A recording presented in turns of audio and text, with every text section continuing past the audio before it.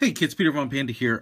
Just trying to install these watch band adapters that come as little kits with the little screws. I showed you these a little earlier, and I'm going to tell you right now, if you have the choice between getting this one and the other ones that I showed you that use the spring bars, get the spring bars. I'm not saying that these are going to turn you into a watchmaker, but you'll pretty much have to have that kind of dexterity to work on it. First of all, as I pointed out, these two bars that kind of fit into each other were too long to fit into the watch band adapter rail here. So I had to use an emery board and file down the middle here. I'm going to pull them apart now that I've finally gotten them to fit. But basically I had to take them apart like this and take this female end and sand it on an emery board. Actually fairly significantly because it takes off. It's kind of really hard to file down, but I finally got them to a point where the male piece goes in there and they will finally fit into the bar.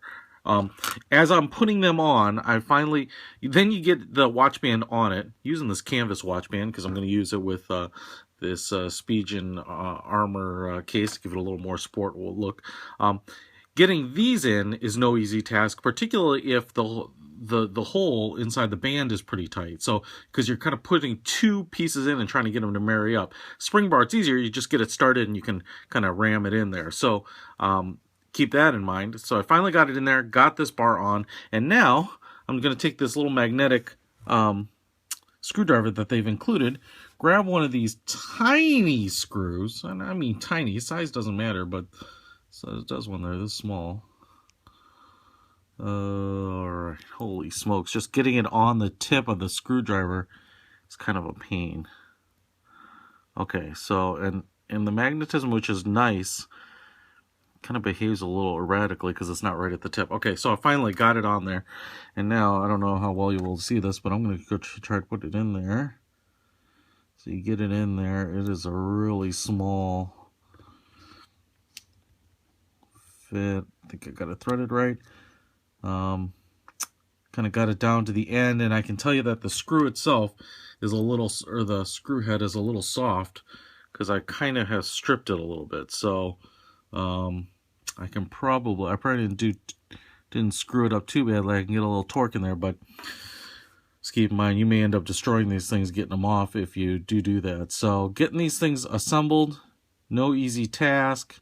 Getting them just to balance on the end of the screwdriver there as you negotiate it into the hole, no easy task. And again, all these parts are small and you got to use a really delicate touch on them.